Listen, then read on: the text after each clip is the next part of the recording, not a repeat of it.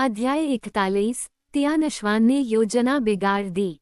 फोजिंग sword peak से निकलते ही चू निंग को सीधे उठा ले जाया गया। इस समय चू निंग पूरी तरह हक्का बक्का था। सीनियर को कैद नहीं किया गया था, वह ऐसे ही बाहर कैसे आ सकती हैं? मुझे तो लगा था कि सीनियर को जबरदस्ती बंद किया गया है। तियानश्वान स्वॉर्ड स्पिरिट ने ठंडी हंसी हंसी। कैद? क्या स्वॉर्ड मास्टर मुझे कैद करना चाहेगी? चूंकि तुम उसकी उत्तराधिकारी हो तो तुम्हें बता देना कोई बात नहीं। मैंने कई साल पहले ही उसे अपना स्वामी स्वीकार कर लिया था। उसी ने इस फॉर्मेशन में बदलाव किया था। इतने सालों से मैं बस अपनी स्वॉर्ड इंटेंट को पोषित कर रही थी। ये चीज मुझे कैसे रोक सकती है? चू निंग चुप रहा। बात सही थी, आखिर वह मास्टर की अपनी उड़ने वाली तलवार थी, वह भला उसे कैद क्यों करती? लेकिन तियानश्वान ने तुरंत सवाल किया, स्वॉर्ड मास्टर के साथ असल में क्या हुआ? शायद वह खुद आने से इसलिए बच रही थी क्योंकि उसे कुछ लोगों से सावधान रहना था, लेकिन उस बूढ़े ने क्यों कहा कि स्वॉर्ड मास्टर ने अपनी सारी साधना खो दी है? लंबी कहानी को छोटा कहूं तो मास्टर के साथ एक हादसा हुआ था, लेकिन ये कोई बड़ी समस्या नहीं है। कुछ समय में वह ठीक हो जाएंगी। तुम मास्टर की फ्लाइंग स्वॉर्ड हो, इसलिए बेहतर है कि यह बात बाहर न फैलाओ। तुमने लंबी कहानी को छोटा कहकर भी कुछ नहीं कहा। छोड़ो, मैं सीधे स्वॉर्ड मास्टर से मिलने जाऊंगी। सीनियर, मेरी बात सुनिए। मास्टर ने हमें योजना के अनुसार काम करने को कहा था। मुझे स्वॉर्ड मास्टर से मिलना है। मुझे और कुछ नहीं चाहिए। दोनों अत्यधिक गति से आगे बढ़े और पल भर में शाओ झू पीक पहुंच गए। ये रफ्तार उस चू निंग के लिए, जिसने 2 दिन पहले ही तलवार पर उड़ना सीखा था, लगभग उल्टी कराने वाली थी। तो अमर तलवारों का स्तर इतना ऊंचा होता है? हुआ। स्वॉर्ड मास्टर, मैंने सुना है कि आपके साथ कुछ हुआ है, क्या ये सच है? अमर गुफा के भीतर सू वानछिंग ने दरवाजा खोला। चू निंग और तियानश्वान को देखकर वह जम सी गई, उसके मुंह के कोने में हल्की ऐंठन आई। मैंने ऐसा नहीं ठहराया था। क्या ये हमें सीधे उजागर नहीं कर रहा? चू निंग ने कड़वाहट के साथ ध्वनि संदेश भेजा। तियानश्वान ने एक शब्द भी नहीं सुना। मैं कुछ कह पाता उससे पहले ही वह शिष्य को खींच कर ले आई। शिष्य का सिर भी दर्द कर रहा है। असल बात ये थी कि चू निंग ने कभी सोचा ही नहीं था कि वह सीधे फॉर्मेशन से बाहर आ जाएगी। वह तो समझ रहा था कि किसी तरीके का इस्तेमाल करना पड़ेगा, लेकिन पता चला जरूरत ही नहीं थी। ताइश्वान सैक्ट ने तियानश्वान को बंद ही नहीं किया था, पर तियानश्वान को इससे कोई मतलब नहीं था। उसके चेहरे पर चिंता साफ थी। मैंने सुना है कि स्वॉर्ड मास्टर की सारी साधना चली गई है, लेकिन मैं तो साफ तौर पर आपके शरीर से साधना के उतार चढ़ाव महसूस कर रही हूँ। जल्दी चुप हो और अंदर आकर बात करो। स्वॉर्ड मास्टर, अप चुप, अंदर आकर बात करो। सू वानछिन की कड़ी नजर से स्वॉर्ड स्पिरिट जम गई, फिर चुपचाप अंदर चली गई, चेहरा पूरी तरह बेचारगी से भरा हुआ। मैं तो बस स्वॉर्ड मास्टर की चिंता कर रही थी। चू निंग भी बेबस होकर पीछे पीछे अंदर गया। ये सब उसकी कल्पना से काफी अलग था। कौन जानता था कि आज ऐसा होगा? लगता है आज डांट खाने वाला सिर्फ वो ही नहीं था, है ना? आखिरकार सू वानछिंग सबको डांटती है, चाहे शिष्य हो या तलवार की आत्मा। बाहर निगरानी हो सकती थी, लेकिन अंदर कोई समस्या नहीं थी। हालांकि शूहू और बाकी लोग शायद जल्द ही पहुंचने वाले थे। अमर गुफा के भीतर चू निंग एक ओर बैठा था, जबकि लाल वस्त्रों में सू वानछिंग बेबसी से तियानश्वान को देख रही थी, सोचते हुए कि यह तलवार आत्मा उम्मीद से कहीं ज्यादा मूर्ख है।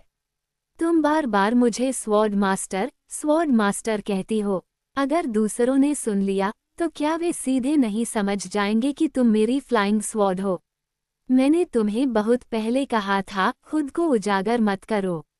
स्वर्ग, पृथ्वी और मानव तीनों संप्रदाय जानते हैं कि मैंने तुम्हें सील किया था, इसलिए उन्होंने अब तक कुछ नहीं किया, क्योंकि वे जानते हैं कि मैंने तुम्हें इस्तेमाल नहीं किया।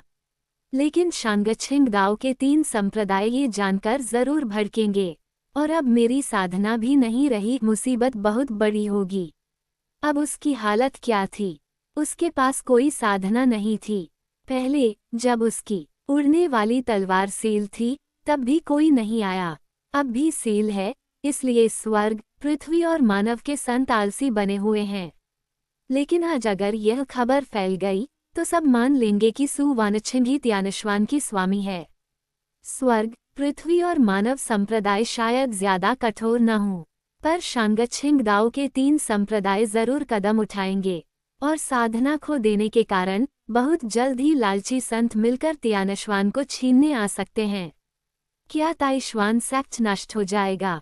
शायद नहीं, वे बिना एक शब्द कहे तलवार सौंप देंगे, यहाँ तक कि सु वानछिंग को भी। ये वस्तु बहुत उच्च स्तर की थी, बहुत लुभावनी और मौजूदा सु वानछिंग और चू निंग के लिए बेहद खतरनाक। लेकिन त्यानश्वान इस सब से ज्यादा सु वानछिंग की साधना की चिंता कर रही थी। धीरे धीरे मास्टर और शिष्य ने सब कुछ समझाया, कैसे सु वानछिंग ने संत स्तरीय साधना खोई, कैसे वह धीरे धीरे लौट रही थी और कैसे यह बात किसी को नहीं पता थी। तलवार मंगवाने का कारण भी यही था, वे दोनों भागने की योजना बना रहे थे और त्यानश्वान को यहाँ छोड़ना नहीं चाहते थे। मूल योजना थी कि एक नाटक रचा जाए और चू निंग को तलवार द्वारा स्वीकार करवाया जाए। लेकिन चू निंग कुछ कह पाता उससे पहले ही त्यानश्वान भाग आई। आखिरकार तीसरे क्षेत्र का तलवार साधक, खासकर ऐसा जिसे पूरी दुनिया अभी इस्तेमाल कर रही हो, किसी को उसकी परवाह नहीं होती। तलवार छीननी भी हो तो सु वानछिंग की मृत्यु के बाद। काफी देर चुप रहने के बाद त्यानश्वान समझ गई, तो स्वॉर्ड मास्टर की साधना सच में चली गई है, लेकिन आपने तो सालों पहले वादा किया था कि आप मुझे बाकी तलवारों को खोजने में मदद करेगी। क्या किसी कुत्ते ने तुम्हारा दिमाग काट लिया है? मैंने कहा था कि साधना लौट सकती है, लौट सकती है। क्या तुम मेरे शरीर की शक्ति के उतार चढ़ाव नहीं देख पा रही?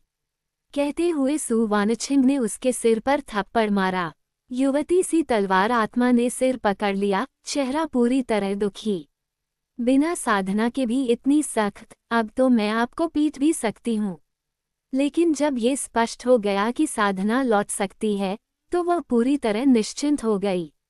तो मैंने अभी स्वॉर्ड मास्टर की योजना बिगाड़ दी। सु वानछिंग का चेहरा निर्विकार था। तुम्हें क्या लगता है मुझे स्वॉर्ड मास्टर कहती रहती हो? क्या मेरी सारी हिदायतें कुत्तों को खिला दी थीं? लेकिन आपने तो कहा था कि संत बनने के बाद आप मुझे साथ ले जाएंगी, और अब आपकी साधना। अब भी बोल रही हो। अगर परेशानी है तो किसी और को ढूंढ लो। क्या तुम्हें लगता है मुझे तुम्हें साथ ले जाने में मजा आता है? जब मैंने तुम्हें तब साथ लिया था, तुमने दिखावा किया और तीनों संप्रदायों को अपना स्तर बता दिया। मैंने तुमसे ज्यादा मूर्ख तलवार आत्मा नहीं देखी। तो अगर आप मजबूत होती तो आपको मेरे लिए डरने की जरूरत ही न पड़ती। तो फिर तुमने किसी और को क्यों नहीं चुना? त्यानश्वान तुरंत आगे बढ़ी, आंखों में नमी। आपकी स्वॉर्ड इंटेंट मेरे लिए सबसे अनुकूल है। आपके अलावा मैं किसे चुनती? अब बताइए, मुझे क्या करना चाहिए? लगता है मैंने सब गड़बड़ कर दिया। स्वॉर्ड मास्टर, बस आदेश दीजिए, मैं जरूर मानूंगी। चू निंग एक इंसान और एक तलवार को देख रहा था, सोचते हुए कि सु वानछिंग उसके साथ कितनी अच्छी है। वह आज सुबह ही उसके बिस्तर में घुस गया था और उन्होंने थोड़ी देर अभ्यास किया, उसने जरा भी जोर नहीं लगाया। वो मास्टर इतनी अच्छी है, आज रात फिर उसके बिस्तर में घुसूंगा। सु वानछिंग ने आह भरी और चू निंग की ओर इशारा किया। मेरी योजना थी कि तुम उसे अपना स्वामी स्वीकार करो, लेकिन तुमने एक शब्द भी सुने बिना ही यहाँ आकर हंगामा कर दिया। यही मेरी मूल योजना थी। चूंकि मैंने किसी को भेजा और तुमने जिद करके गड़बड़ की, अगर अगली बार ऐसा किया तो निकल जाना, मेरा पीछा मत करना। त्यानश्वान जोर जोर से सिर हिलाने लगी, पूरी तरह आज्ञाकारी। फोजिंग स्वॉर्ड पीक की वह उग्र तलवार आत्मा अब कहीं नहीं थी। फिर भी वह जिज्ञासु थी। वह कौन है? ओह, स्वॉर्ड मास्टर। उसकी अवधारणा कंसेप्ट तो आपकी भी ऊंची है। तभी मुझे लगा कि वह आपसे जुड़ा है। ये बच्चा कौन है इतना शक्तिशाली? मेरा शिष्य, उसका पुरुष। दोनों ने एक साथ अलग अलग उत्तर दिया और वातावरण अचानक जम गया। मास्टर और शिष्य एक दूसरे को देखने लगे। सु वानछिंग घूर रही थी, चू निंग पूरी ईमानदारी से मुस्कुरा रहा था। तियानश्वान पूरी तरह उलझ गई। आखिर रिश्ता है क्या? लेकिन उसकी स्वॉर्ड इंटेंट सच में बहुत ऊंची है और प्रतिभा भी शानदार है। तो बाहर वालों के सामने क्या मुझे उसे अपना स्वॉर्ड मास्टर कहना चाहिए? सु वानछिन के मुंह का कोना फड़का, फिर उसने हामी भरी। लेकिन वह अब भी उस मोटी खाल वाले चू निंग को घूर रही थी। बागी शिष्य, अगर यहाँ कोई और न होता तो ठीक था। तभी सु वानछिन ने ठंडे स्वर में कहा, बस इतना ही। मेरी साधना भले ही अभी नहीं है, लेकिन जल्द ही लौट आएगी। अगर तुम अब भी मेरे साथ रहना चाहती हो तो अस्थायी रूप से उसे अपना स्वॉर्ड मास्टर मान लो और खुद को उजागर मत करो। अगर नहीं तो दुनिया बड़ी है, जहां चाहो जा सकती हो। ताइश्वान सेक्ट में रहो या नया स्वामी ढूंढो, ये तुम्हारी मर्जी है। तियानश्वान ने बिना हिचकिचाहट उत्तर दिया। आपने कहा था कि संत बनने के बाद आप मुझे बाकी तलवारों को ढूंढने ले जाएंगी। मुझे आप पर भरोसा है। साधना अगर लौट सकती है तो मैं जरूर आपका साथ दूंगी। और उसकी स्वॉर्ड इंटेंट भी बहुत ऊंची है। अगर कभी आप न रहें तो मैं उसी के साथ रहूंगी। सु वानछिन का मुंह फिर फड़का, लेकिन ये बात गलत भी नहीं थी। शिष्य की स्वॉर्ड इंटेंट सच में उससे ऊंची थी, समझ से बाहर प्रतिभा। जिंदगी में बहुत सी बेबसी होती है, लेकिन शायद हालात धीरे धीरे बेहतर हो जाएं। अब तो अपनी ही तलवार को ले जाना भी इतना मुश्किल था, इतनी चालें चलनी पड़ रही थीं। बिना शक्ति के वाकई कुछ भी आसान नहीं होता। वे गुफा के भीतर बात कर ही रहे थे कि बाहर कई आकृतियां पहुंच चुकी थीं। सबसे आगे चेन श्वानतियान था, उसके पीछे अलग अलग पीकों के एल्डर सु, छोटे छू, कृपया बाहर आइए। अमर तलवार सेक्ट की महान योजना से जुड़ी है, हमें पूरी जांच करनी होगी। तीनों ने एक दूसरे को देखा। तियानश्वान तुरंत म्यान सहित तलवार में बदल गई और चू निंग के हाथ में आ गिरी। तुम चू निंग हो, है ना? खैर, तुम लोग पहले से एक दूसरे को जानते हो, अब से तुम ही मुझे इस्तेमाल करना। जल्दी करो, बाद में बात करेंगे। स्वॉर्ड मास्टर की बड़ी योजना में देर मत करो। चू निंग के मुंह का कोना फड़का। ये कैसी बातें हैं? क्या उसने कभी कहा था कि वो उसे इस्तेमाल करना चाहता है? और क्या वह यहाँ आकर हालात और खराब नहीं कर रही थी? खैर, जब सैनिक आए तो सैनिकों से निपटो, जब पानी आए तो मिट्टी से ढांको। अमर गुफा के बाहर चेन श्वानतियान का चेहरा गंभीर था। अमर तलवार ने स्वामी स्वीकार कर लिया था, और वह भी चू निंग। ये व्यक्ति उन्हें बार बार चौंका रहा था, लेकिन यह अमर तलवार किसी कीमत पर नहीं दी जा सकती थी। अगर वह इसे नहीं पा सका तो कोई और भी नहीं पा सकेगा। अध्याय 42। योजना बिगड़ी नहीं है, बल्कि और भी मजबूत हो गई है। इस समय शूहू की खोपड़ी सुन्न हो रही थी और वह चेन श्वानतियान की ओर देखने की हिम्मत भी नहीं कर पा रहा था। फिर भी चेन श्वानतियान का गुस्सा फूट पड़ा। 10 साल हो गए थे, फिर भी वह दिव्य तलवार तियानश्वान को हासिल नहीं कर पाया था।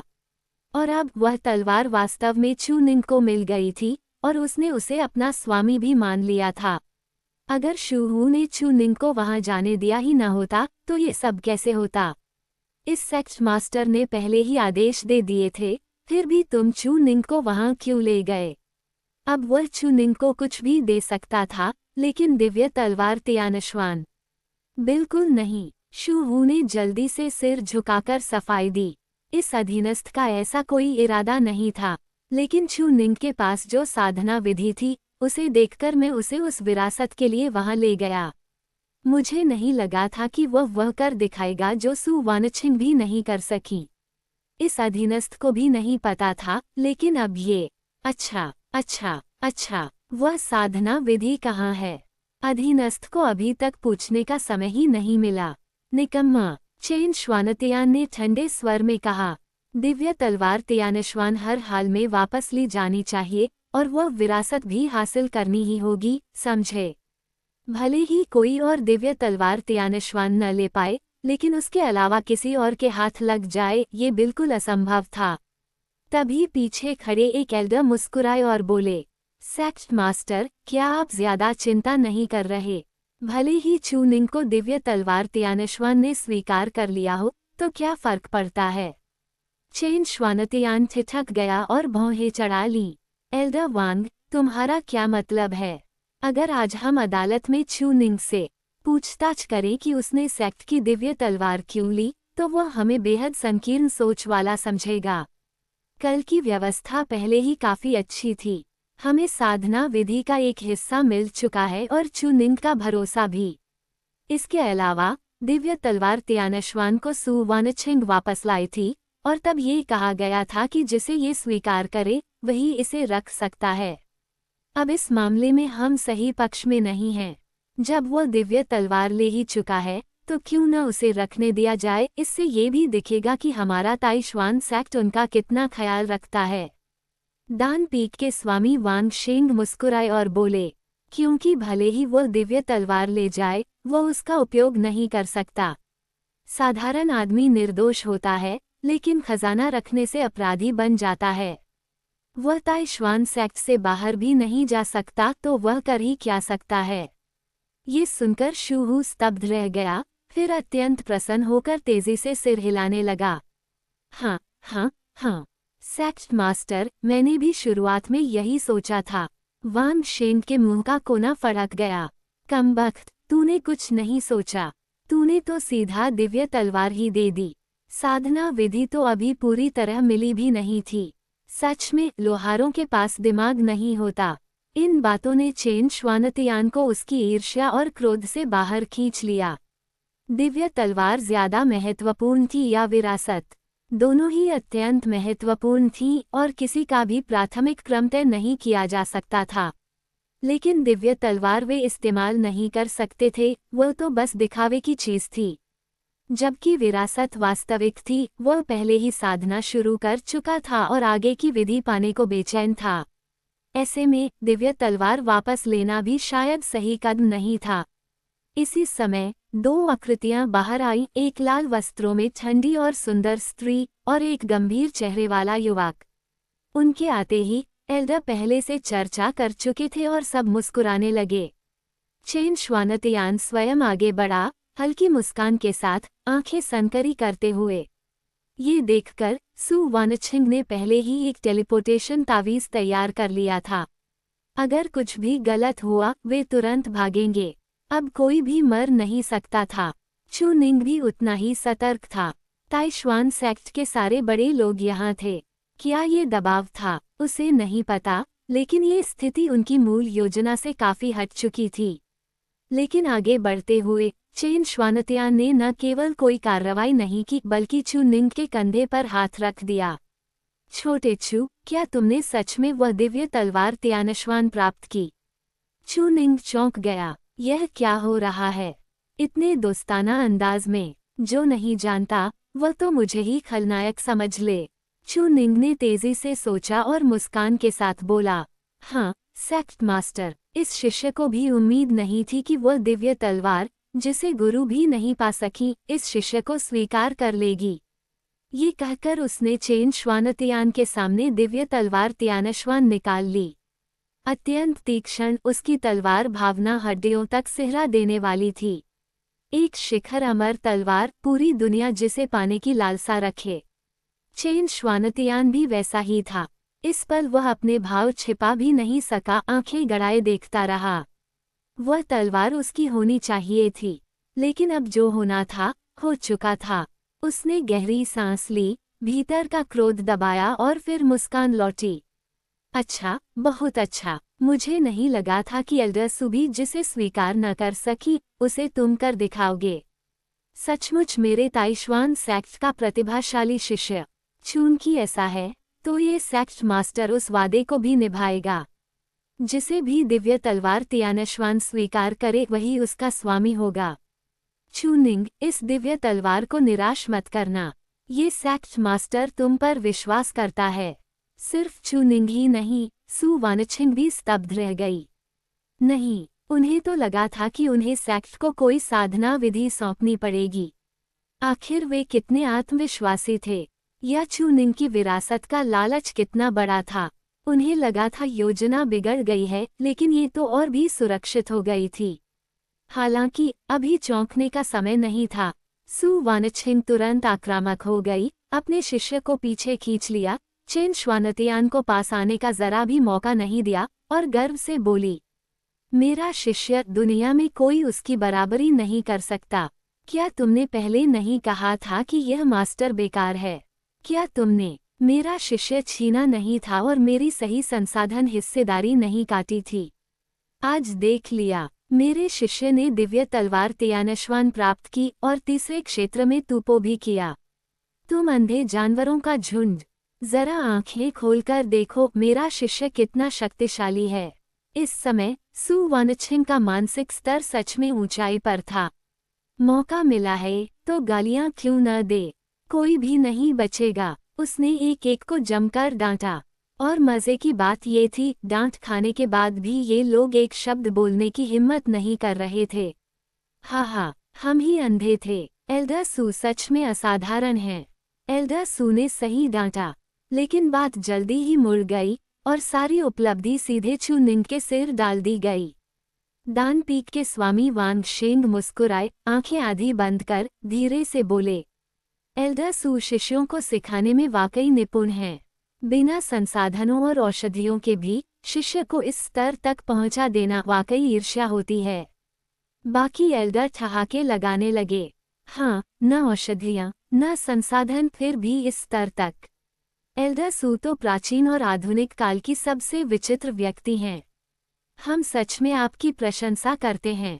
ये सुनकर चू निंग का चेहरा अचानक अकड़ गया। उसने जल्दी से कहा, एल्डरगन, मेरे गुरु वास्तव में मेरे साथ बहुत अच्छी हैं। कृपया वरिष्ठ चाचा लोग। लेकिन सु वानछिंग, जिसकी दुखती रग छू गई थी, उसका चेहरा जम गया और उसने तुरंत चेन श्वानतियान की ओर देखा। सेक्ट मास्टर, अब जब मेरे शिष्य ने इतना कर दिखाया है तो क्या मेरे शव झूपीक के संसाधन बहाल नहीं होने चाहिए?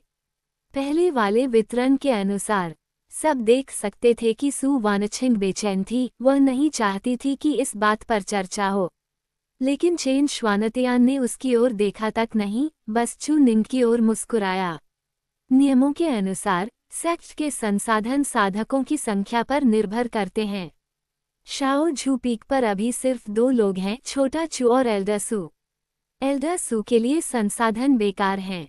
ऐसे में शाओ झूपीक के लिए एक शिष्य की साधना हिस्सेदारी बहाल की जाती है। सु वानछिंग, तुम अच्छा बनने की सोच रही हो और मेरे सेक्ट के संसाधन लेना चाहती हो। क्या सपने देख रही हो? अब जब चू निंग का भरोसा मिल चुका है, क्या हम तुम्हें कोई मौका देंगे?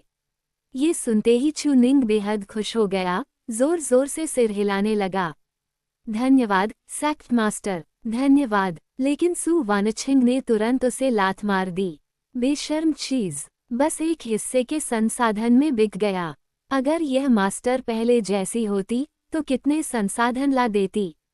दुष्ट विद्रोही शिष्य। ये डांट असली भी थी और अभिनय भी। एक और गुस्सा निकालना, दूसरी ओर सबके सामने अपनी बेबस छवि और पुख्ता करना। सभी एल्डर मुस्कुरा रहे थे, केवल सु वानछिंग ही इस समय अत्यंत दुखी और क्रोधित दिख रही थी। जमीन पर पड़े चू निंग को ऐसे देख रही थी जैसे लोहा होते हुए भी स्टील नहीं बन पाया।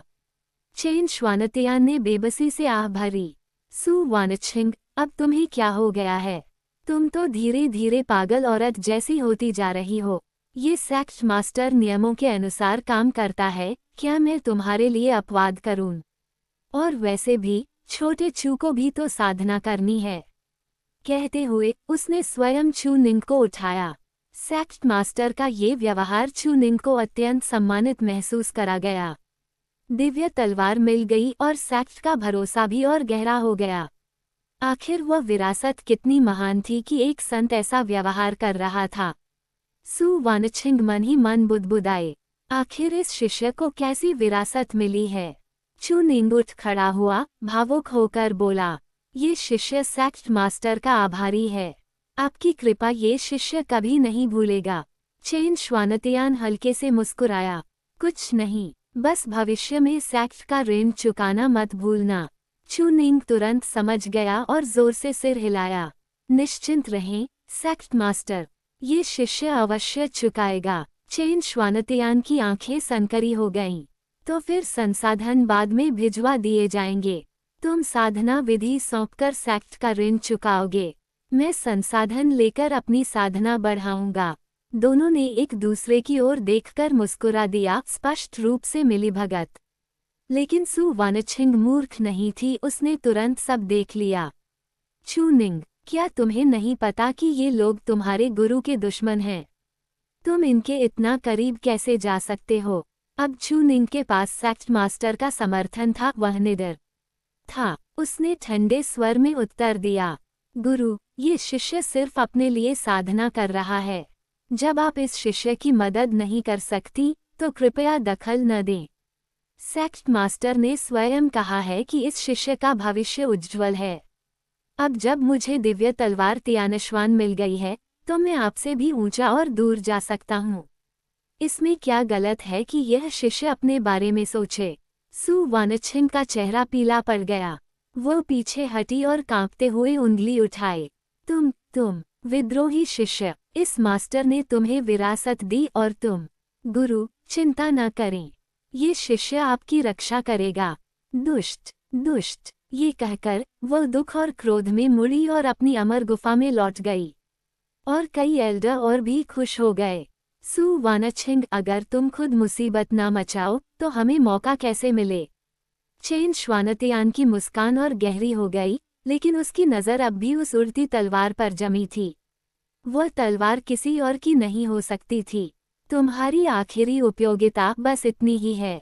छोटे छू, इस सेक्ट मास्टर को निराश मत करना। हाँ, सेक्ट मास्टर, निश्चिंत रहें, ये शिष्य कभी नहीं करेगा। अध्याय 43, काटूं या नहीं। पहली बार सौंपने पर सेक्ट मास्टर का भरोसा मिल गया। दूसरी बार सौंपने पर अमर तलवार पूरी तरह हाथ में आ गई। कम से कम अस्थायी रूप से उसके उपयोग का अधिकार मिल गया, इसलिए अब सेक्ट मास्टर और दूसरों की ईर्ष्या की चिंता नहीं थी। अब उसने सबका भरोसा पूरी तरह जीत लिया था और वह ऐसा औजार बन चुका था जिसे वे इस्तेमाल कर सकते थे। अब वह काम शुरू कर सकता था जो उसे करना ही था। संसाधन, औषधि गोलियां, आध्यात्मिक जड़ी बूटियां, तावीज़। जाने से पहले उसने साधना विधि नहीं निकाली, क्योंकि सु वानछिंग अभी भी वहां थी और सब स्वयं को धर्मपथ का मानने वाले थे। वे सार्वजनिक रूप से इतनी बेशर्मी नहीं दिखाते। मूल योजना के अनुसार भरोसा जीतने और जरूरी चीजें पाने में आधा महीना लगना था, जो काफी ठीक था। लेकिन अब लगता था कि यह काम तुरंत किया जा सकता है। सबको विदा करने के बाद चूनिंग के चेहरे पर मुस्कान छाई हुई थी। अब मैं तुम सबकी कटाई शुरू करूंगा। उसी समय तियानश्वान तलवार आत्मा में हलचल हुई। चूनिंग, तुम आखिर किस तरफ हो? स्वॉर्ड मास्टर अभी जैसी थी, क्या तुम सच में अच्छे इंसान नहीं हो? हाथ में पकड़ी अमर तलवार की यह बात सुनकर चूनिंग बेबस होकर बोला, तो तुम्हें क्या लगता है मैं अच्छा इंसान हूँ? हालांकि तुम दोनों अभी बात कर रहे थे, लेकिन मुझे तो तुम बिल्कुल अच्छे इंसान नहीं लगते। तियानश्वान ने शिकायत की। अगर उसने चूनिंग और सु वानछिंग की बातचीत न सुनी होती तो वह सीधे हमला कर देती, लेकिन चूनिंग को परवाह नहीं थी। वह मुड़ा और सीधे सु वानछिंग की अमर गुफा में गुरु को ढाढ़स बंधाने चला गया। गुफा में प्रवेश करते ही तियानश्वान को एहसास हुआ कि उसकी सोच गलत थी, क्योंकि उसने सु वानछिंग की बेकाबू हंसी सुनी। ही हा, निंग र, मुझे उम्मीद ही नहीं थी कि वे अमर तलवार के बारे में पूछेंगे भी नहीं। लगता है वे तुम्हारी विरासत को लेकर बहुत ज्यादा चिंतित हैं, निंग र। वो सचमुच खुद को रोक नहीं पाए। खासकर चेन श्वानतियान की ईर्ष्यापूर्ण निगाहें, उसका जबरन शांत और उदार बनने का अभिनय, इन सब ने उसे और जोर से हंसने पर मजबूर कर दिया। इस समय वह इतनी हंस रही थी कि उसका शरीर कांप रहा था, सांसें तेज हो रही थीं, जिससे चूनिंग की नज़र हटी नहीं रही थी। फिर भी चूनिंग मुस्कुराते हुए बोला, खैर, प्रगति हमारी उम्मीद से तेज है। अब हम सीधे शुरू कर सकते हैं, लेकिन वे जरूर समस्या पकड़ लेंगे। साधना विधि निश्चित रूप से मुसीबत लाएगी, इसलिए बेहतर होगा कि उससे पहले हम निकल जाएं। सु वानछिंग ने एक पहले से जांचा परखा नक्शा निकाला और फैला दिया। तियानश्वान महाद्वीप, मानव क्षेत्र, जहाँ वे थे पूर्व में था उत्तर दिशा में, और मानव क्षेत्र से आंशिक रूप से जुड़ा लुवानतियान क्षेत्र था जहाँ वे जाने की योजना बना रहे थे।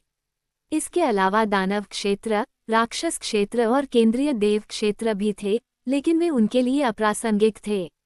सु वानछिंग ने मुस्कान समेटी और गंभीर स्वर में बोली, लुवानतियान क्षेत्र, ये जगह असंख्य उथल पुथल से भरी है। सभी बड़े बल और अपराधी यहीं भागते हैं। ये सबसे कम नियम कानून वाला क्षेत्र है। दूसरे बड़े क्षेत्रों में अपने अपने नियम और व्यवस्था हैं, लेकिन केवल लुवानतियान क्षेत्र ही हमारे लिए सबसे उपयुक्त है। जहाँ तक तावीज़ का सवाल है, निंग र, तुम्हारे अनुसार वह 10,000 मील तक टेलीपोर्ट कर सकता है, लेकिन हमारा स्थान लुवानतियान क्षेत्र से 1,00,000 मील दूर है। तियानश्वान पर सवार होकर भी कम से कम आधा महीना लगेगा, इसलिए हमें इस समय का पूरा उपयोग करना होगा। तियानश्वान ध्यान से सुन रही थी। लगता था ये काफी सुंदर सा आदमी पूरी तरह बुरा नहीं है, तो ठीक है, वो हमला नहीं करेगी। चू निंग ने सिर हिलाया। जब मैं पर्याप्त संसाधन इकट्ठा कर लूंगा तो चौथे क्षेत्र में तूपों का बहाना बनाकर एकांत साधना में जाऊंगा।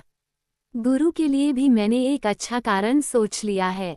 इसके साथ ही, जैसा गुरु ने पहले कहा था, अमर तलवार दुनिया के लिए बहुत बड़ा लालच है। मैं किसी को अफवाहें फैलाने को कहूंगा ताकि मुसीबत ताइशवान सेक्ट की ओर मुड़ जाए और हमें ज्यादा से ज्यादा समय मिल सके। सु वानछिंग ने सहमति में सिर हिलाया। ताइशवान सेक्ट को छोड़ा नहीं जा सकता और न ही पूरे मानव क्षेत्र को। हमारे लिए सिर्फ लुवानतियान क्षेत्र ही उपयुक्त है। वहां पैर जमाने के लिए कम से कम संत स्तरीय साधना चाहिए। जिस दिन वह स्तर आ गया, हम सब कुछ वापस पा लेंगे। ये कहते हुए उसकी आंखों में अनिच्छा और घृणा दोनों थीं। भले ही वे अभी सुरक्षित दिखते हों, लेकिन वे सुरक्षित नहीं थे। विरासत का मामला ज्यादा देर तक छुपा नहीं रह सकता, जितनी जल्दी उतना बेहतर। कम से कम निकल जाने से यह डर नहीं रहेगा कि ये लोग उन्हें मछलियों की तरह काट डालेंगे। उनकी दुर्भावना साफ थी, वे यहाँ रुकने की हिम्मत कैसे करते। जब तक सु वानछिंग छठे क्षेत्र में वापस न पहुँचे, यह मामला सुलझ नहीं सकता था। और वैसे भी वह ऐसे स्थान पर रुकना नहीं चाहती थी। मानव क्षेत्र की 7 बड़ी शक्तियां मिलकर काम करेगी और बाद में सब उन्हें शिकार करने निकल पड़ेंगे। जितना ज्यादा समय टाला जा सके उतना अच्छा। अब तियानश्वान को मोटे तौर पर समझ आ गया।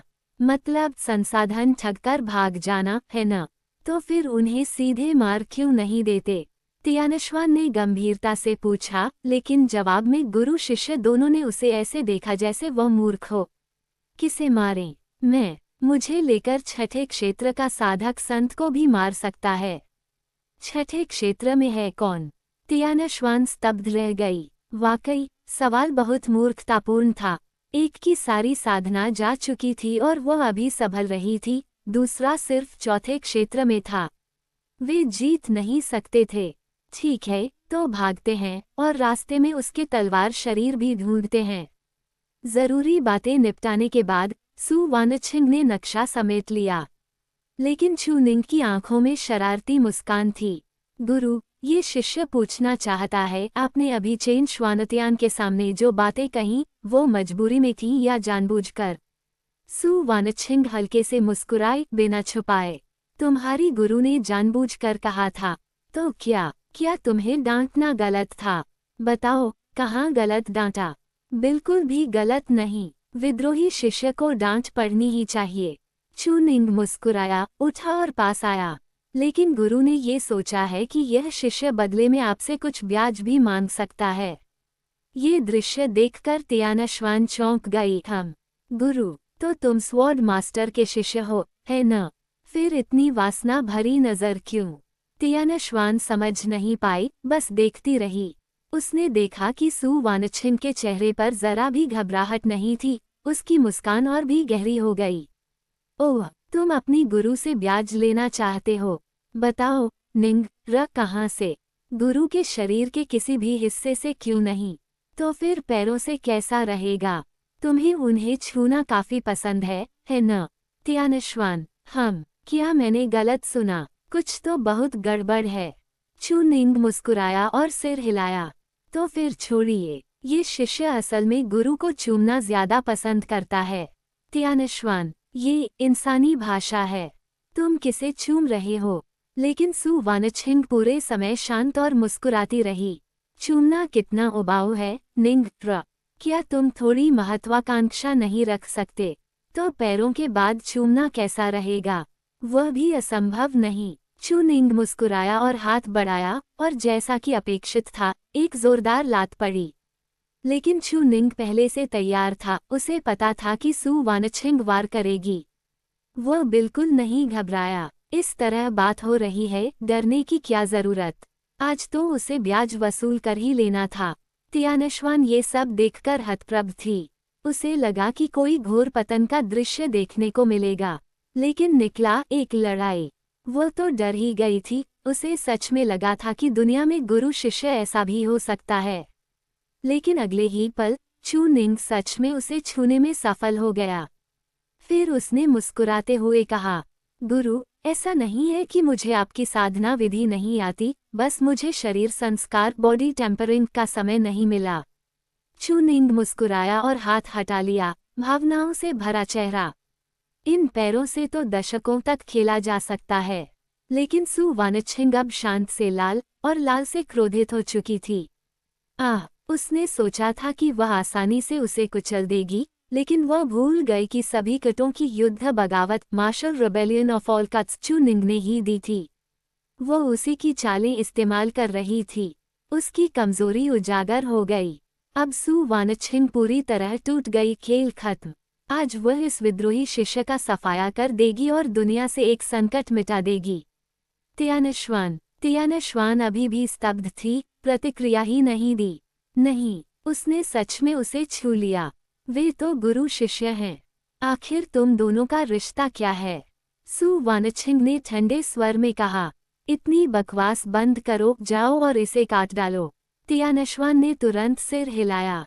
सही, इसे काट डालो। इतना पतित और नैतिकता विहीन व्यक्ति छोड़ा नहीं जाना चाहिए। क्षण भर में अनंत हत्या भाव से भरी गहरी तलवार इच्छा फूट पड़ी। वार होने से पहले ही चू निंग ने उसका दबाव महसूस कर लिया। ये देखकर सु वानछिंग फिर घबरा गई। सच में मत काटना। तो फिर काटे या नहीं? सु वानछिंग ने दुख और झुंझलाहट से आह भरी। न वह उसे हरा पा रही थी, न डांटने से कुछ हो रहा था। हर दिन बस गुस्सा। छोड़ो। अध्याय 44। अगर तलवार स्वामी को धमकाया जा रहा हो, तो बस पलक झपका देना। इस समय सु वानछिंग दुविधा में फंसी हुई थी, न आगे बढ़ पा रही थी, न पीछे हट पा रही थी। संक्षेप में कहें तो मौजूदा ये जटिल स्थिति केवल एक ही कारण से थी। चू निंग की साधना अभी भी बहुत कमजोर थी। स्वर्गीय तलवार तियानश्वान बिना किसी तलवार स्वामी के भी छठे क्षेत्र के बराबर की हत्या शक्ति रखती थी। यदि छठे क्षेत्र का कोई तलवार साधक स्वर्गीय तलवार तियानश्वान को धारण करे, तो वह अमर और देवताओं के बीच की खाई को पार करते हुए संतों का वध कर सकता था। लेकिन चू निंग में वह शक्ति नहीं थी, वह केवल चौथे क्षेत्र में था। इसी कारण सु वानछिंग चाहकर भी तियानश्वान से उस पर वार करवाने से डर रही थी, उसे चोट लग सकती थी। अगर उसकी साधना ऊंची होती तो ठीक था, वह लड़ सकता था। लेकिन सु वानछिंग को अपना गुस्सा भी निकालना था, और वो ये भूल गई थी कि सभी कटों की युद्ध बगावत नामक साधना विधि उसी लड़के ने उसे दी थी, और फिर उसकी टांग यूं ही छू ली गई, बेकार में। सु वानछिंग को लगा था कि अपनी मौजूदा शक्तिशाली विधियों के साथ चू निंग ऐसा कभी नहीं कर पाएगा। लेकिन मामला यहाँ तक आ चुका था, अब तो तियानश्वान भी उनकी पहचान पर शक करने लगी थी। तियानश्वान का संदेह करना स्वाभाविक था। कोई भी स्तब्ध हो जाता। तलवार आत्मा मूर्ख नहीं होती, वो गुरु और शिष्य के अंतर को समझती है। क्या ये दोनों सच में वैध गुरु शिष्य हैं? गुरु अपने शिष्य को टांग छूने देती है, ये तो वैसा नहीं लगता।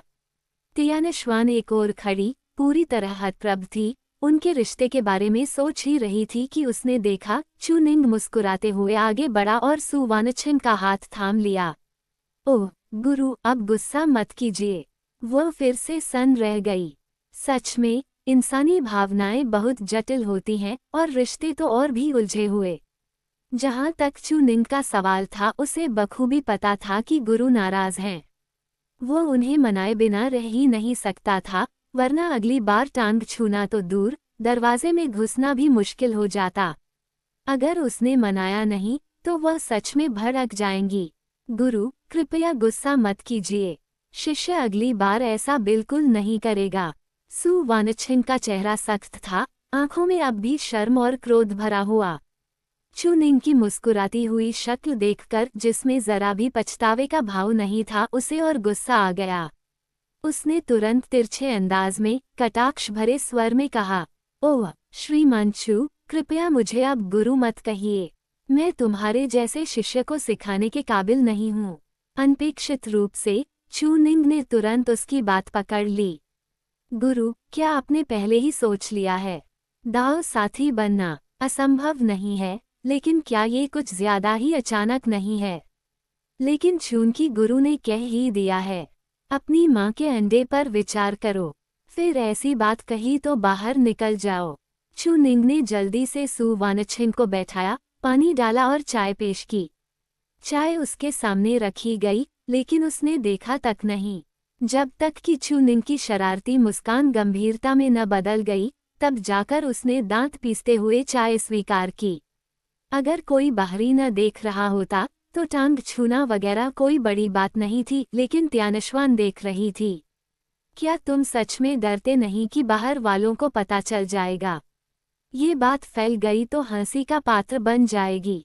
देखो तो सही, वह तलवार आत्मा अब भी घूर घूर कर हमारे रिश्ते पर सोच रही है। लेकिन गुस्से के बावजूद सु वानछिन के पास कोई रास्ता नहीं था। क्या ये स्थिति उसने खुद नहीं बनाई थी? क्या वह सच में चू निंग को काट डाले? छी, वह ऐसा कर ही नहीं सकती थी। चाय का एक घूंट पीने के बाद उसने कप जोर से मेज पर रख दिया और चू निंग की ओर देखा तक नहीं। तुम्हें अभी भी उनके संसाधन ठगने हैं न? फिर यहाँ क्यों समय बर्बाद कर रहे हो? अगर अब नहीं तो कब? उसके शब्दों में कोई छुपा अर्थ नहीं था, बस यही कि चू निंग बाहर निकले, दूर जाए, आंखों से ओझल हो जाए। उसे देखना ही खल रहा था और वह अब भी उसका हाथ पकड़े हुए था। चू निंग ने सिर हिलाया और बोला, संसाधनों का मामला उतना तात्कालिक नहीं है। योजना के अनुसार शिष्य पहले गुरु की साधना बहाल करना चाहता है और खुद भी लगभग ठीक होने के बाद ही प्रस्थान करेगा। ये सुनते ही सु वानछिन भड़क उठी। इस आसन को अब कोई जल्दी नहीं है। उसने खुद को यह आसन कहा। यही दिखाता था कि वह कितनी बेचैन थी। चू निंग हंसा और फायदे नुकसान व मौजूदा स्थिति का विश्लेषण किया। गुरु, अगर हम अभी ठगना जारी रखें तो समय भी कम है। चेन श्वानतियान और बाकी अभी गए हैं। अगर शिष्य अभी जाए तो बहुत उतावला लगेगा और शक पैदा होगा। इसके अलावा चेन श्वानतियान ने पहले ही किसी को बाद में शिष्य से संपर्क करने की व्यवस्था कर दी है। तब करना ज्यादा बेहतर नहीं होगा। अब शिष्य लगभग ठीक हो चुका है, इसलिए सब ठीक रहेगा। सु वानछिन का ठंडा छोटा सा हाथ थामे हुए चू निंग ने त्यानश्वान की अजीब नज़र की कोई परवाह नहीं की। डरने की क्या बात है? बाहरी लोग हों तो बचना अलग बात है, लेकिन गुरु की तलवार आत्मा। अगर उसने सच में इस तलवार आत्मा को ये यकीन दिला दिया कि वे सिर्फ गुरु शिष्य हैं, तो उसकी प्रतिक्रिया और भी ज्यादा तीव्र होती। बेहतर है कि अभी त्यानश्वान को झटका दे दिया जाए, ताकि बाद में समझाने की झंझट न रहे। और सच में ये त्यानश्वान के लिए बहुत बड़ा झटका था। तलवार आत्मा का दिमाग पूरी तरह क्रैश हो चुका था। ये सु वानछिन ने चू निंग की ओर देखा।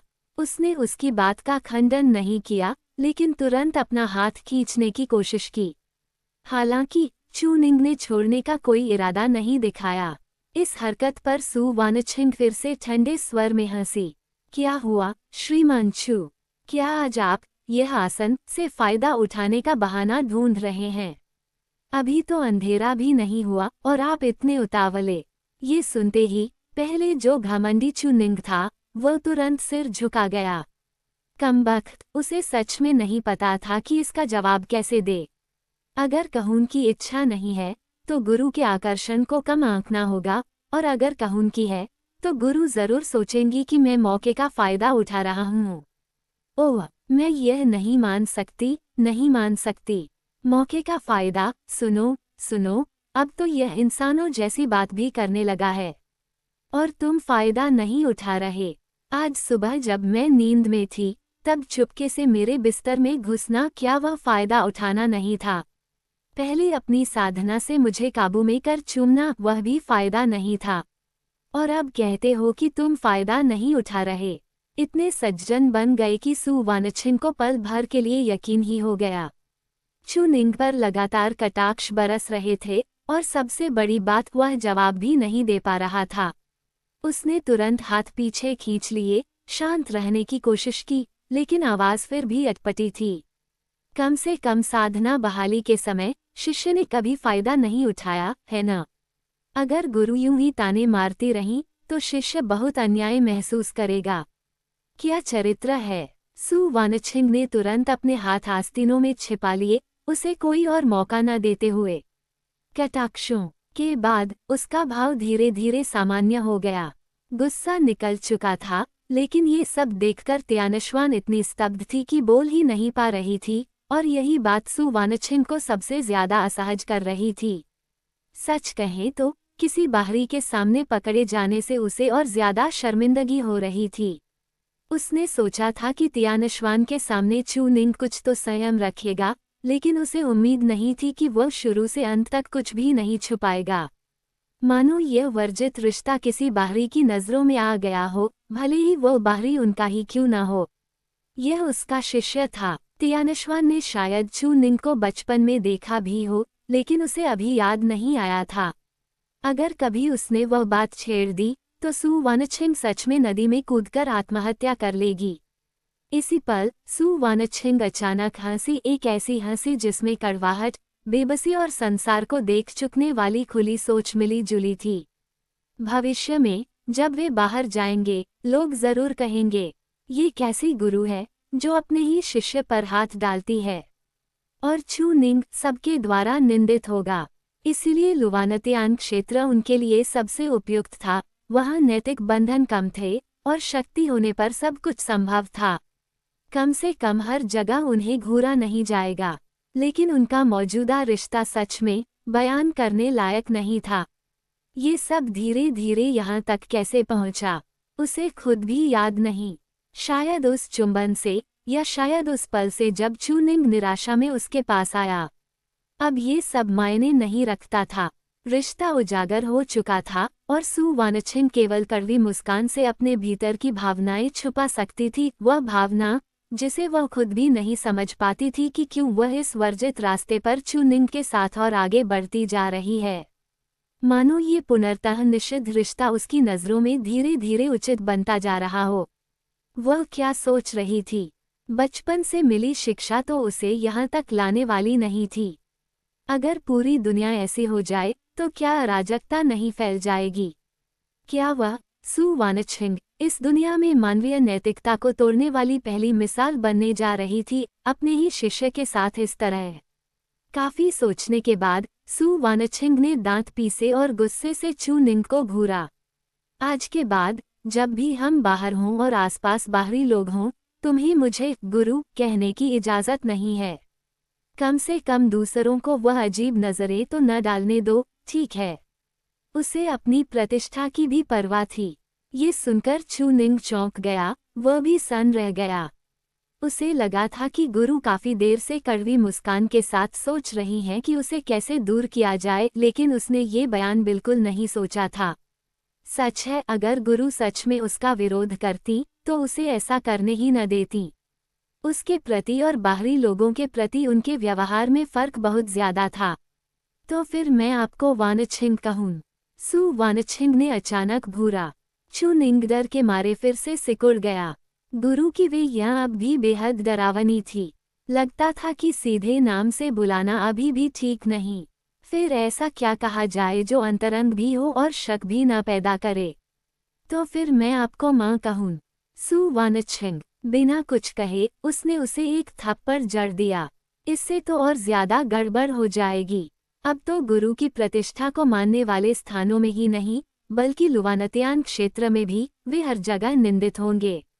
जहां भी जाएंगे लोग अजीब नजरों से देखेंगे। चू निंग ने तुरंत हंसते हुए सिर पकड़ लिया। मेरी गलती, मेरी गलती। बहन सू, प्यारी बहन, अब से मैं आपको बहन ही कहूंगा। ये सुनकर सू वानछिंग कुछ हद तक संतुष्ट हुई। ये संबोधन कम से कम स्वीकार्य था, लेकिन अगर आदत बदलना मुश्किल हो गया तो अभ्यास करो। चू निंग ने शरारती अंदाज में पूछा, तो क्या भविष्य में संप्रदाय के भीतर भी मैं आपको अच्छी बहन कह सकता हूँ? अगर फिर मूर्खता की, तो क्या तुम्हें लगता है कि मैं मारूंगी नहीं? संप्रदाय में कौन नहीं जानता कि वो उसका शिष्य है। अगर उसने ऐसा कहा तो मामला बहुत बड़ा हो जाएगा। सौभाग्य से चू निंग मजाक कर रहा था और तुरंत हंस पड़ा। अब और मजाक नहीं बहन सू, क्या हम असली काम शुरू करें? वह स्वाभाविक रूप से साधना बहाली की बात कर रहा था, लेकिन तुमने तो कल रात ही बहाली पूरी की है। अभी ऊर्जा कहाँ से आएगी? एक दिन या आधा दिन क्या फर्क डालता है?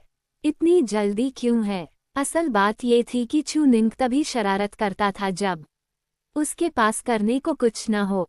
जब साधना बहाली की बात आती, जहां दोनों लगभग शून्य दूरी पर होते, तब चू निंग का व्यवहार सबसे ज्यादा मर्यादित होता था। वह सच में उन जगहों को नहीं छूता था जिन्हें नहीं छूना चाहिए, पूरी तरह सम्मानजनक रहता था। इसी कारण सू वानछिंग निश्चिंत रहती थी, लेकिन आज वह थोड़ा उलझन में थी। वह इतना उतावला क्यों था? क्षमता होते हुए स्वाभाविक है कि शिष्य गुरु की साधना जल्द से जल्द बहाल करना चाहता है। इसके लिए रात होने का इंतजार जरूरी नहीं। यही इस समय शिष्य के मन में सबसे महत्वपूर्ण बात है। ये सुनकर सू वानछिंग कुछ देर झिझकी, चू निंग को देखती रही, फिर हल्के से सिर हिलाया। अब तियानश्वान यहाँ है, तो हमें और बातों की चिंता नहीं करनी चाहिए। ठीक है, ऐसे में तियानश्वान तुम बाहर जाकर पहरा दो, किसी को भी हमें परेशान न करने देना। इस समय तियानश्वान, जो शुरू से अंत तक सब कुछ देख रही थी और जैसे उसे हवा समझा जा रहा था, आखिरकार अपनी भूमिका में लौटी और उसे दरवाजा संभालने भेजा गया। कटाक्षों से लेकर सुलह तक, फिर साधना बहाली, गुरु, माँ, कामकाज, युगल साधना। उनकी बातचीत का दायरा इतना विशाल था कि वो पचा ही नहीं पा रही थी। उनके रिश्ते में बदलाव ने तलवार आत्मा को ऐसा महसूस कराया मानो किसी ने सिर पर डंडा मार दिया हो। वो इतनी स्तब्ध थी कि बिल्कुल पत्थर की तरह जड़ हो गई थी। सू वानछिंग ने कई बार पुकारा, तब जाकर तियानश्वान को होश आया। वह अब भी अचेत सी थी। तुम चाहती हो कि मैं बाहर जाऊं, है न? ठीक है, मैं दरवाजा देखूंगी। तलवार स्वामी, आप साधना बहाल करना जारी रखें। लेकिन जाते समय उसने देखा चू निंग सू वानछिंग का बाहरी वस्त्र उतारने में मदद कर रहा था। इस बार तियानश्वान सच में सहन नहीं कर पाई, वो नहीं जा रही थी। यह आखिर हो क्या रहा है? क्या हमारी समझ में कोई खामी है? तुम दोनों युगल साधना ही करने वाले हो, है न? तुम आखिर कर क्या रहे हो? अगर आज साफ साफ नहीं बताया तो मैं राजहत्या कर दूंगी। मैं तुम दोनों को मार दूंगी। कड़वे शब्दों में कहें तो यह मानवीय नैतिकता को ललकारना है, और नरमी से कहें तो नरमी से कहने का कोई तरीका है अभी। इस समय तियानश्वान की आंखों में आंसू भर आए थे। वो उम्मीद भरी नजरों से सू वानछिंग को देख रही थी। तलवार स्वामी, क्या चू निंग आपको धमका रहा है, इसलिए ऐसा हो रहा है? अगर तलवार स्वामी को सच में धमकाया जा रहा हो तो बस पलक झपका देना। मैं बिना एक शब्द कहे चू निंग को मार दूंगी। आखिरकार तियानश्वान की नज़र में ये लड़का बिल्कुल भी ठीक नहीं है। जो दो लोग अभी शुरू ही करने वाले थे, वे एक दूसरे को देखने लगे। तलवार आत्मा को अस्थायी तौर पर नज़रअंदाज किया जा सकता है, लेकिन पूरी तरह अनदेखा तो नहीं किया जा सकता, है न? तियानश्वान को जापानी ड्रामा के सोते हुए पति की तरह तो नहीं बरत सकते। फिर भी एक स्पष्टीकरण जरूरी था। अध्याय 45, दुनिया की सबसे हास्यास्पद बात। सू वानछिंग अब मन से समझौता कर चुकी थी। अपनी ही तलवार आत्मा से डरने की उसे क्या जरूरत थी? क्या वह सिर्फ इन तथाकथित संबोधनों की वजह से अपने और चू निंग के मौजूदा रिश्ते को नज़रअंदाज कर सकती थी? वह ऐसी इंसान नहीं थी। अगर वह इसे नज़रअंदाज करती तो वह सच में अपने वर्तमान दाव हृदय के विरुद्ध चली जाती। आखिरकार अब शायद उसे एक अच्छा गुरु भी नहीं कहा जा सकता था। चू निंग ने मूल रूप से सोचा था कि वह अपने दृष्टिकोण से सब कुछ समझाएगा। उसे डर था कि गुरु शायद ठीक से बात न समझा पाएं और इससे और ज्यादा गलतफहमी पैदा हो जाए। क्या वे अब भी गुरु और शिष्य थे? हाँ, निस्संदेह थे, लेकिन ये रिश्ता अब इतना शुद्ध नहीं रहा था। इसमें निस्संदेह पारस्परिक आकर्षण का तत्व था और मानवीय भावनाएं हमेशा जटिल होती हैं। अगर वह साफ साफ नहीं समझा पाया तो क्या हुआ अगर तलवार आत्मा चुपके से उसकी पीठ में वार कर दे? कौन जानता है इस छोटी बच्ची जैसी तलवार आत्मा की बुद्धि किस स्तर की है। अब तो ऐसा लग रहा था कि वो बहुत ऊंची नहीं है, वरना अब तक समझ चुकी होती। नहीं, ये भी सही नहीं। शायद कोई भी आसानी से नहीं समझ पाता, इसलिए एक स्पष्टीकरण जरूरी था। लेकिन सु वानछिंग ने चू निंग को रोक दिया। इस समय उसके चेहरे पर कोई और भाव नहीं था, सिर्फ उस व्यक्ति की शांत उदासीनता जिसने संसार को देख लिया हो। मैं बोलूंगी। चू निंग थोड़ी देर हिचकिचाया, फिर सोचा ये भी ठीक है। उनके रिश्ते की बात बाद में जोड़ी जा सकती है, वरना मौजूदा हालात में समझाना और भी मुश्किल हो जाता। और तियानशवान दोनों को घूर कर देख रही थी। सु वानछिंग को देखते हुए तियानशवान की आंखों में आक्रोश और करुणा दोनों थे। तलवार स्वामी को जरूर इस शिष्य चू निंग ने फायदा उठाकर फंसा लिया है। उसे तलवार स्वामी को इस मुश्किल से बचाना ही होगा। और चू निंग की ओर देखते हुए उसकी घृणा छुपी नहीं थी। छी, अच्छा इंसान नहीं है। गुरु पर हाथ उठाने की हिम्मत कैसे हुई? उस गुरु पर जिसने तुम्हें दाव सिखाया और ज्ञान दिया। तुम्हारा दिल जरूर काला है। इसलिए वह चुपचाप सुनने लगी जब सु वानछिंग ने बोलना शुरू किया। उसने उन तमाम घटनाओं के बारे में बताया जो उस समय से घटी थी जब तियानशवान को तलवार ढाल शिखर पर बंद कर दिया गया था। सु वानछिंग ने गहरी सांस ली और बोलना शुरू किया। उसकी अपनी तलवार आत्मा जो उसकी इतनी परवाह करती थी, सच जानने की हकदार थी। उस समय स्वर्ग, पृथ्वी और मानव तीनों संप्रदायों की आशंका के कारण मैंने तुम्हें तलवार ढाल शिखर पर भेज दिया था। मेरा इरादा था कि संत क्षेत्र में पहुंचने के बाद तुम्हें वापस ले आऊं। तब कोई मुझे रोक नहीं सकता था। लेकिन अफसोस, जीवन अनिश्चितताओं से भरा है। वो छठे क्षेत्र की पराकाष्ठा पर थी, अपने ही तलवार दाव से संत की भावना को समझते हुए संत क्षेत्र में प्रवेश की दहलीज पर। एक बार तू पो हो जाता तो 100 वर्ष से कम उम्र की संत बनकर वह प्राचीन और आधुनिक काल की सबसे तेज तूपो करने वाली प्रतिभा होती, और वह भी एक तलवार साधक जिसकी हत्या शक्ति सर्वोच्च थी। छठे क्षेत्र की पराकाष्ठा पर पहुंचा तलवार साधक संत से टक्कर ले सकता था, और संत क्षेत्र में प्रवेश के बाद वह समान क्षेत्र में अजेय होती और क्षेत्र पार करने से भी न डरती।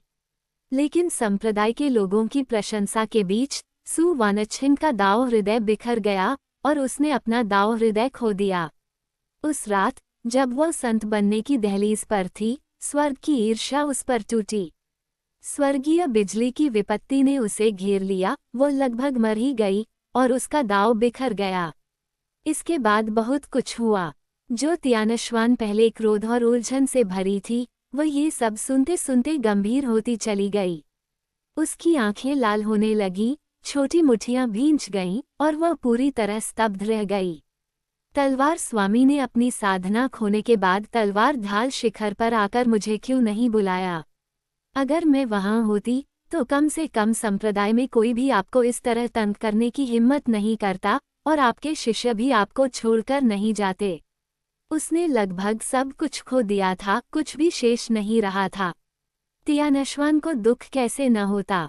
उसे सु वानछिंग ही वापस लाई थी और वही एकमात्र थी जिसने सु वानछिंग के तलवार दाव को पहचाना था।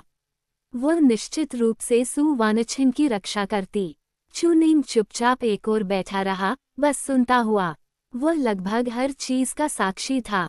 सु वानछिंग ने मुस्कुराकर सिर हिलाया, सामने चिंतित त्यानश्वान को देखते हुए धीरे से कहा, मैं तुम्हें ये कहकर ले गई थी कि तुम्हारे तलवार शरीर के सभी हिस्से इकट्ठा करूंगी। लेकिन जब मैंने अपनी सारी साधना खो दी तो मैं किस योग्य रह गई थी। उस समय कोई मेरी मदद नहीं कर सकता था और तुम भी नहीं। तू असफल होने के बाद मेरी सारी मेरिडियन पूरी तरह क्षतिग्रस्त हो गई थी। मैं आध्यात्मिक ऊर्जा भी नहीं जुटा सकती थी।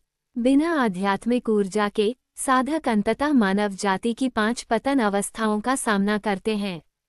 मुझे डर था कि आधे साल में ही मर जाऊंगी। अगर ऐसा ही होना था तो बेहतर था कि कुछ न कहूं, तुम्हें भी परेशानी न दूं।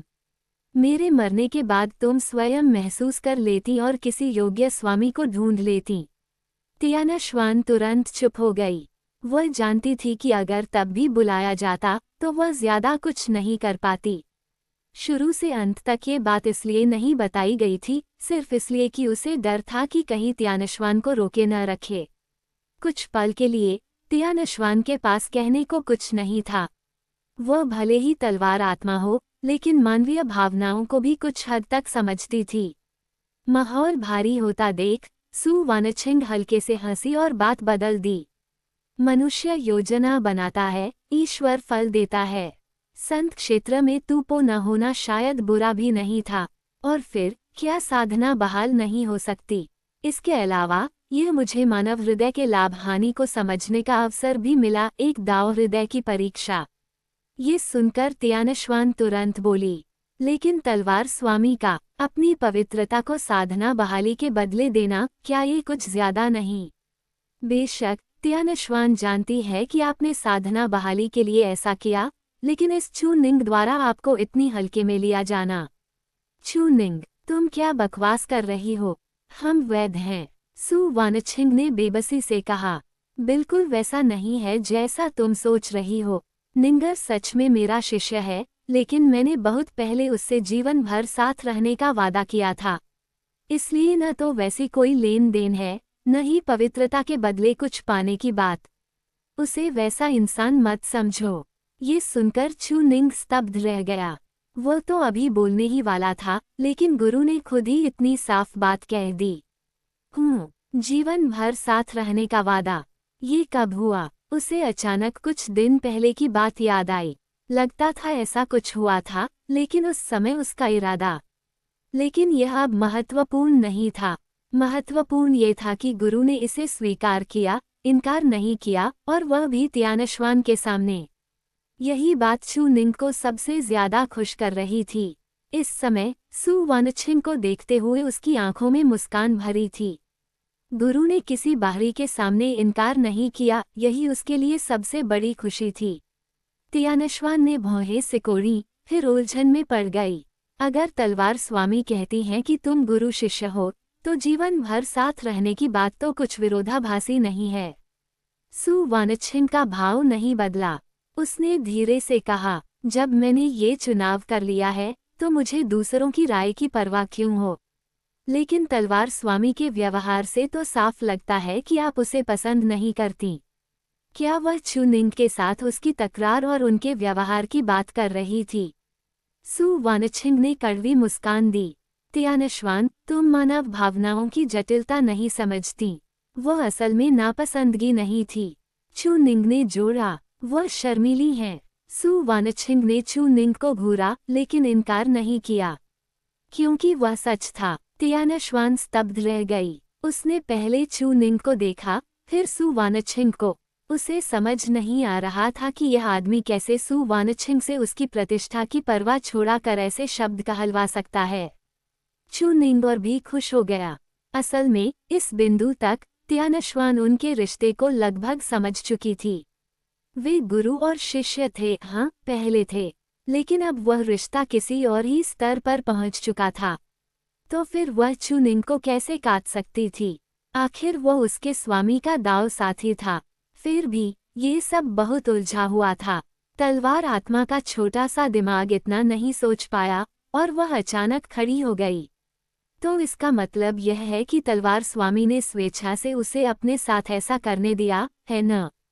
सु वानछिन का चेहरा लाल हो गया। उसके होंठ कांपे और उसने नाराजगी से कहा, तुम क्या बोल रही हो?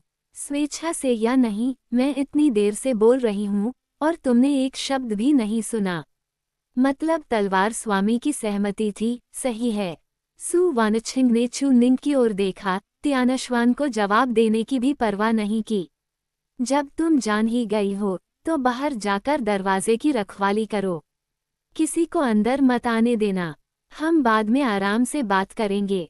अब मेरी साधना बहाली बस एक कदम दूर है। मैंने तब तुम्हें तुम्हारा तलवार शरीर ढूंढने में मदद करने का वादा किया था और मैं जरूर निभाऊंगी। चू निंग ने भी हंसते हुए कहा, गुरु ने कहा है तो मैं भी मदद करूंगा। आखिर मेरी प्रतिभा गुरु से कम नहीं है, इसलिए निश्चिंत रहो। दोनों की बातें सुनकर साफ था कि वे अपने रिश्ते को किसी हद तक स्वीकार कर चुके थे। इससे तियानश्वान, जो हमेशा सोच विचार करती रहती थी, बुदबुदाए बिना न रह सकी। लेकिन तुम गुरु शिष्य हो, ऐसे कैसे? फिर भी जब बात इतनी दूर जा चुकी थी और सु वानछिन ने इनकार नहीं किया तो वह क्या इनकार करती। और सच कहें तो इस आदमी की तलवार भावना वाकई अच्छी थी। ठीक है, फिर बाद में तलवार स्वामी से धीरे धीरे बात करूंगी। तियानश्वान सावधानी से बाहर चली गई, लेकिन जाते जाते दरवाजे से दोनों को एक बार फिर देख गई। छी, गुरु शिष्य होकर ऐसा व्यवहार। नहीं, वे नहीं हैं। अमर गुफा का द्वार बंद हो गया।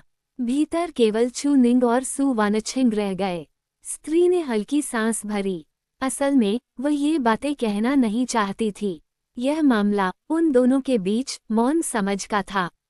चूंकि इसमें नैतिकता जुड़ी थी, इसलिए न तो इसे खुलकर कहने की जरूरत थी, न ही कहना उचित था। लेकिन तियानश्वान की वजह से जो कहा गया वह सच भी था और चू निंग ने सुन लिया। बस उसे नहीं पता था कि उसका शिष्य इस पर कैसी प्रतिक्रिया देगा। उसे डर था कि वह आगे चलकर और भी बेलगाम हो जाएगा। लेकिन चू निंग ने कुछ नहीं किया, बस उस थोड़ी सी लाल सु वानछिन को मुस्कुराकर देखा। गुरु, आपने जो अभी कहा क्या वह सब सच था? सु वानछिन ने हल्की सी हुंकार भरी। चू निंग की ओर देखा भी नहीं। झूठ था, बस तियानश्वान को बहकाने के लिए। क्या तुमने सच में मान लिया? चू निंग मुस्कुराया। किसी भी हाल में शिष्य गुरु के शब्दों को जरूर सच मानेगा। जैसा तुम्हें ठीक लगे। वैसे भी वह अपनी बात पूरी भी नहीं कर पाई थी कि अचानक चू निंग आगे बढ़ा और बिना कुछ कहे उसे बाहों में भर लिया। इस हरकत से सु वानछिन पूरी तरह घबरा गई। वह तुरंत झिड़की। बागी शिष्य तियानश्वान के जाते ही बेईमान हो गए। क्या यही गुरु की साधना बहाली में मदद करना है? तुम तो बस फायदा उठा रहे हो। यकीन न हो तो तियानश्वान को बुला लूं। लेकिन चू निंग ने बस उसे हल्के से थामे रखा और मुस्कुराकर कहा, शिष्य का बेईमान होने का इरादा नहीं था। मैं बस दिल से गुरु को गले लगाना चाहता था। आखिर तियानश्वान के सामने गुरु ने हमारे रिश्ते से इनकार नहीं किया। शिष्य बहुत खुश है। सु वानछिन की आंखों में कड़वाहट उभरी। उसने और विरोध नहीं किया, लेकिन उसकी मुस्कान उलझी हुई थी। लेकिन तुम मुझे गुरु कहते हुए ऐसी बगावत भरी हरकतें करते हो। क्या तुम्हें जरा भी अपराधबोध नहीं होता? उसे तो होता था, लेकिन इस बागी शिष्य को कभी नहीं। ये सच में समझ से बाहर था। लेकिन शिष्य केवल स्वयं को सौभाग्यशाली महसूस करता है। ये सुनकर सु वानछिन थोड़ी ठिठकी। अपने सामने उस चू निंग को महसूस करते हुए, जो कोई अनुचित हरकत नहीं कर रहा था, वह हंसे बिना न रह सकी। अब फिर से मेरे शिष्य बन गए। ये सुनकर चू निंग मुस्कुराया, उसे छोड़ दिया और तुरंत आगे बढ़कर फिर से सु वानछिन के वस्त्र उतारने में मदद करने लगा। अब मैं फिर से बागी शिष्य हूँ। ओह गुरु, आगे से इन कामों की चिंता मत कीजिए, बस शिष्य पर छोड़ दीजिए। कहते ही वह उत्साह से आगे बढ़ा और उसके वस्त्रों की गांठें खोलने लगा। सु वानछिन ने दिल की शर्म को दबाया, सब समझते हुए भी उजागर नहीं किया। इन बातों की चिंता मत करो, मुझ पर छोड़ दो, इसका क्या मतलब था? वह तो बस उसके कपड़े उतारना चाहता था। अपने ही शिष्य द्वारा निर्वस्त्र किया जाना, ये वह सच में दुनिया के सबसे हास्यास्पद लोगों में से एक थी। और यह सिलसिला और भी हास्यास्पद होता जा रहा था।